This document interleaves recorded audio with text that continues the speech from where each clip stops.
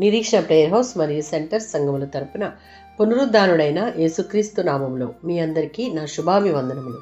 ఈరోజు దేవుని వాగ్దానం యెషయా గ్రంథం 51వ అధ్యాయం 16వ వచనం. నీ నోట నా మాటలు ఉంచి నా చేతి నీడలో నిన్ను కప్పియున్నాను. యెషయా గ్రంథం 49వ అధ్యాయం 2వ వచనం.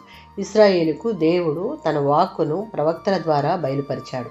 దేవుని ఆత్మ ద్వారా ప్రేరేపించబడి కత్తి వంటి దేవుని వాక్కును ప్రకటించేలా చేశాడు. మెస్సియగా యేసుక్రీస్తు పిలుపు ఆయన గర్భంలో ఉండగానే పరిశుద్ధాత్ముని ద్వారా ఇక్కడ బయలుపరచబడింది. అంటే ఆయన కన్యక మరియ గర్భంలో ఉండగానే ఆయనకు ఆ పిలుపు ఉంది. రాబోయే మెస్సియ మాటలు వాడి అయిన ఖడ్గంలాగా ఉండి వింటున్న వారి మనస్సాక్షిలోనికి చొచ్చుకొని పోతాయి. మెరుగుపట్టిన అంబు అన్నది ఆయన మాటను అంగీకరించని వారిపైకి వచ్చేటటువంటి తీర్పును సూచిస్తుంది. యెషయా గ్రంథం 50వ అధ్యాయం 4వ వచనం. ప్రభువు సేవకుడు ఇక్కడ మాట్లాడుతూ ఉన్నాడు. ఇతడు ఇశ్రాయేలు వాడు. వాళ్లకు ప్రతినిధి. వారిని తిరిగి దేవుని వైపుకు మళ్లిస్తాడు.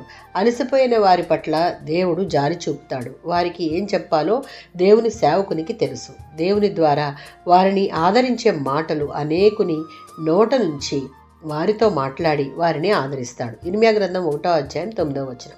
బైబిల్ రాసిన ప్రవక్తలు దేవుడు చెప్పిన మాటలను ఎలాంటి పొరపాటు లేకుండా సరిగ్గా అదే మాటలను పలకగలిగారు. దానికి గల కారణం వారు దేవుని ఆత్మచేత నింపబడ్డారు. వారు పొందుకున్న ఆత్మ మూలంగానే వారు దేవుని మాటలను పలికారు.